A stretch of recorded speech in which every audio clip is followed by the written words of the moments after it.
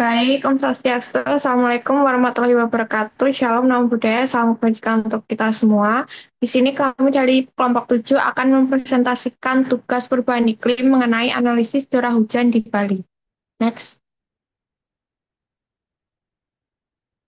Berikut merupakan anggota dari kelompok kami. Next. Berikut merupakan visi misi dari ilmu kelautan. Next.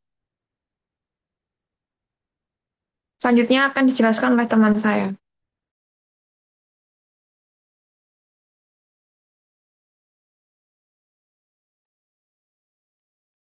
Baik, perkenalkan nama saya Putri Septiani Dawyandari dengan awalan NIM 22 dan akhiran 009. Di sini saya akan menyampaikan stasiun yang digunakan dalam pembuatan peta, yang di mana data yang digunakan diperoleh dari 4 stasiun yang ada di Bali, yang dengan koordinat lintang dan bujur masing-masing.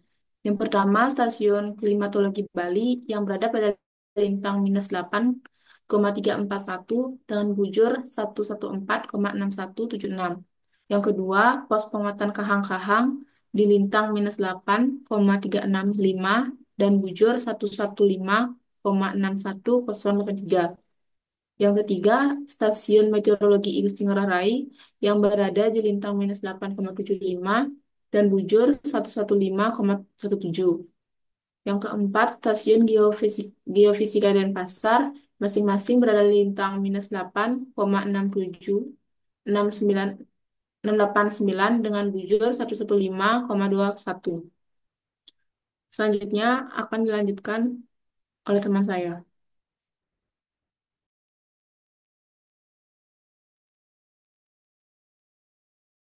Baik, perkenalkan nama saya Sabita Radina dengan awalan NIM 22 1351 1121. Selanjutnya ada pengolahan data. Yang pertama, kita mendownload data dari data online BMKG Go ID. Selanjutnya yang kedua ada penggabungan data di Excel. Yang ketiga visualisasi data di RMap dengan IDY. Lalu yang keempat ada penggabungan dengan SHP Bali. Yang kelima ada finalisasi. Mungkin bisa dilanjutkan oleh teman saya.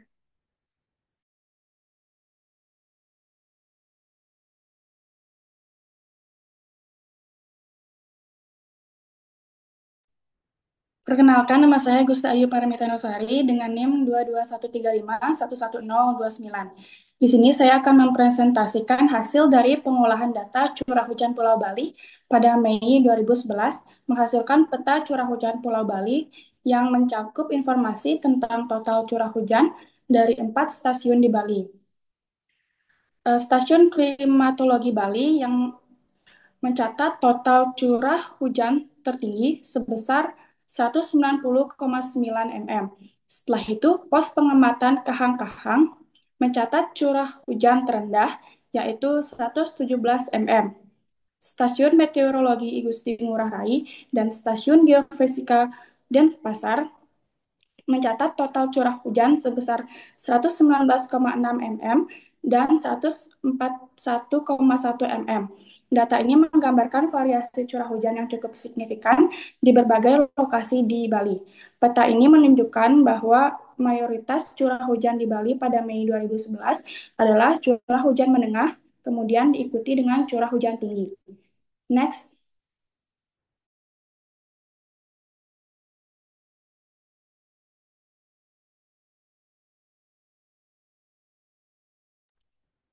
Baik, saya akan melanjutkan. Perkenalkan nama saya Wulana Yuningsi Sirait dengan awal NIM 22 dan akhiran NIM 023.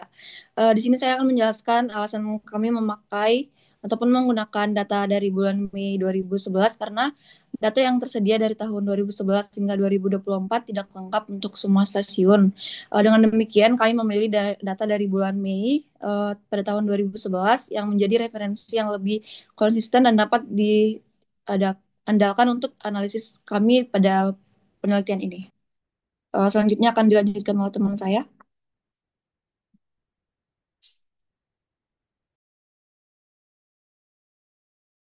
Baik, izin memperkenalkan diri, saya Fauzul Sanani dengan awal NIM 22 dan akhiran 31. Di sini saya akan menjelaskan mengenai dari hasil peta yang kami dapati, yaitu mengenai curah hujan rendah, yang di mana data curah hujan rendah pada Pulau Bali pada bulan Mei 2011 dilengkapi dengan legenda kategori intensitas curah hujan, yaitu ada rendah, menengah, tinggi, dan sangat tinggi. Namun informasi rinci atau data numerik yang spesifik tentang distribusi curah hujan rendah tidak tampak terlihat secara langsung dari peta tersebut. Adapun curah hujan rendah kemungkinan mencakup wilayah dengan tingkat precipitation minimum selama periode tersebut. Memiliki faktor-faktor seperti V atau rendah kali mendapat curah hujan lebih sedikit di daerah pegunungan, lalu arah angin dan musim. Mei adalah bagian dari musim peralihan di Bali yang mungkin menyebabkan berkurangnya hujan di beberapa wilayah. Lalu vegetasi dan kelembapan lokal, wilayah gersang ataupun minim vegetasi sering kali memiliki curah hujan lebih rendah. Mungkin selanjutnya akan dijelaskan oleh.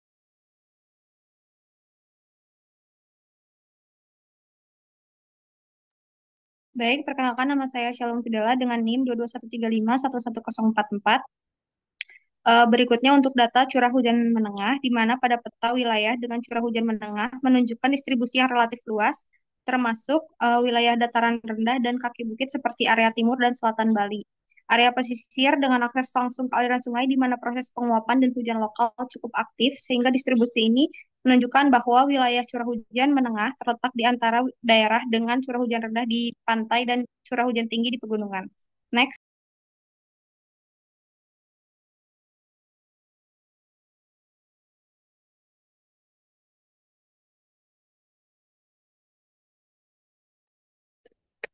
Berikut faktor penyebabnya. Yang pertama, topografi, di mana wilayah Bali memiliki topografi yang beragam, terdiri dari pegunungan dan bagian utara dan dataran rendah hingga pantai di selatan, sehingga faktor ini mempengaruhi distribusi curah hujan, seperti bayangan hujan dan perbedaan ketinggian, di mana curah hujan di dataran rendah dan dataran tinggi akan berbeda. Yang kedua, pengaruh musim peralihan, seperti di bulan April sampai Mei, di mana selama musim peralihan dari musim hujan ke kemarau, curah hujan menengah cenderung terjadi di wilayah ini karena pelemahan angin monsun, kondisi labil atmosfer, di mana pada musim peralihan sering terjadi konveksi akibat perbedaan suhu permukaan daratan dan lautan. Yang ketiga, kondisi atmosfer global, di mana faktor atmosfer global seperti pola ENSO, yaitu El Nino dan La Nina, akan terus mempengaruhi curah hujan, di mana curah hujan menengah di wilayah timur hingga selatan Bali merupakan hasil interaksi antara topografi lokal, dinamika musim peralihan, dan faktor atmosfer global. Selanjutnya akan dijelaskan oleh teman saya.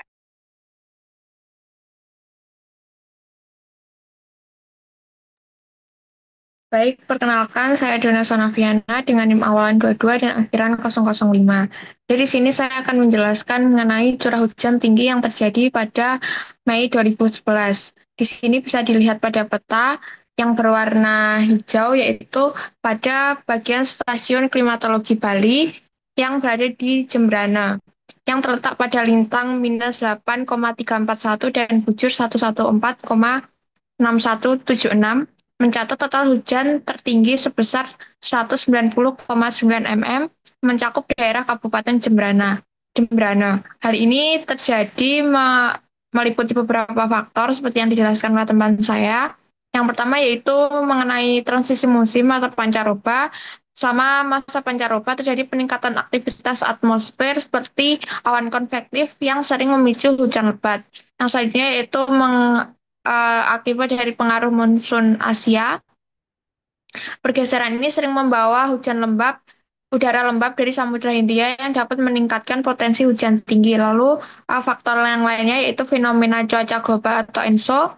Yang selanjutnya adalah siklon tropis atau gangguan atmosfer lokal. Gangguan atmosfer seperti siklon tropis atau tekanan rendah di sekitar Samudra Hindia juga bisa meningkatkan curah hujan di wilayah Bali termasuk Jembrana. Yang terakhir yaitu dapat dipengaruhi oleh topografi lokal. Wilayah Jembrana yang dekat dengan pegunungan dapat memperkuat pembentukan awan hujan akibat efek orografik atau udara lembab yang naik karena bertemu pegunungan. Mungkin selanjutnya akan dijelaskan oleh teman saya. Baik, Perkenalkan, saya Niketut Ika Wulandari dengan NIM 22135110210. Eh, di sini saya akan menjelaskan curah hujan sangat tinggi, yang dimana peta curah hujan di Pulau Bali pada bulan Mei 2011 dengan legenda yang mengklasifikasikan curah hujan ke dalam beberapa kategori.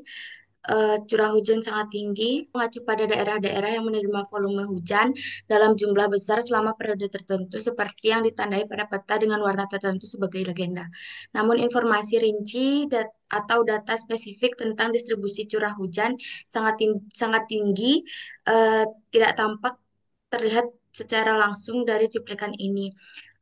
Fenomena curah hujan yang sangat tinggi dapat terjadi karena berbagai faktor meteorologi seperti sistem cuaca yang dimana adanya gangguan atmosfer seperti siklon tropis atau angin muson yang sangat kuat dapat mengakibatkan curah hujan secara signifikan. Kemudian ada topografi yang dimana daerah pegunungan cenderung menerima curah hujan lebih tinggi karena efek orografis di mana udara yang lebih lembab naik mendingin dan mengendap uap airnya.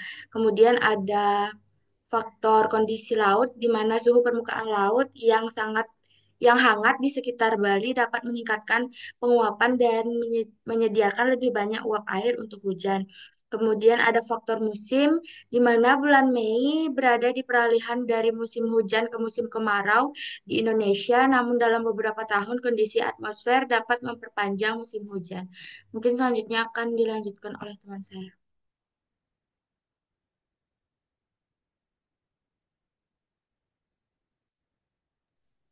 Baik, perkenalkan nama saya Sabita Radina dengan awalan NIM 22 dan akhiran NIM 121. Saya akan membacakan kesimpulan.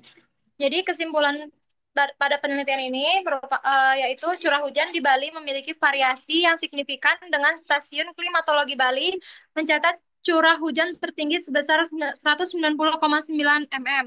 Sedangkan pos pengamatan Kahang-Kahang mencatat rendah sebesar 117 mm. Kategorisasi curah hujan di Bali dapat dikategorikan menjadi 4 tingkah, yaitu rendah, menengah, tinggi, dan sangat tinggi, yang dipengaruhi oleh faktor-faktor seperti topografi dan kondisi atmosfer. Analisis ini bertujuan untuk memberikan pemahaman yang lebih baik mengenai pola curah hujan di Bali yang penting untuk pengelolaan sumber daya air dan perencanaan pertanian. Mungkin sekian presentasi dari kelompok kami. Sekian dan terima kasih.